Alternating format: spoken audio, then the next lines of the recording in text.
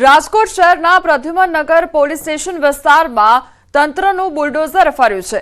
વહીવટી તંત્રના માધ્યમથી અસામાજિક તત્વો વિરુદ્ધ કડક કાર્યવાહી કરવામાં આવી છે। પ્રદ્યુમનનગર પોલીસ સ્ટેશન વિસ્તારમાં રહેતા સલીમ માણેક નામના હિસ્ટ્રી શીટરના ગેરકાયદેસર બાંધકામ પર બુલડોઝર ફેરવવામાં આવ્યું છે।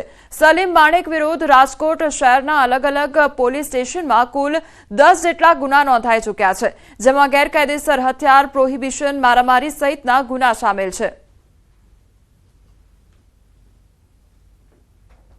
નગર પોલીસ સ્ટેશન વિસ્તારમાં 10 જેટલા ગુનાઓ કરનાર અસામાજિક તત્વ સલીમ કાસમ માણેક કે જેણે રેલનગર વિસ્તારમાં આરએમસી અંતર્ગતની સરકારી જગ્યામાં ગેરકાયદેસર દબાણ કરી ઓડિયો બનાવી, તબેલો બનાવી અને દબાણ કરેલું હતું અને સાથે સાથે પોતાની ગેરકાયદેસર પ્રવૃત્તિ પણ આ જગ્યા પર ચાલુ રાખતો હોય એવું ધ્યાન પર આવતા આરએમસી અને પીજીવીસીએલ સાથે સંકલન કરી તેનું વીજ કનેક્શન દૂર કરવાની અને દબાણ દૂર કરવાની કાર્યવાહી કરવામાં આવી રહી છે।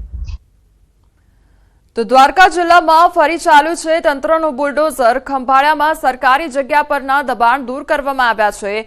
લાલિયાડ ગામના બુટલેગર રાહુલ ધારાણીનું ગેરકાયદેસર દબાણ દૂર કરવામાં આવ્યું છે, તો સરકારી જમીન પર બનાવેલ ગેરકાયદેસર મકાન તોડી પાડવામાં આવ્યું હતું।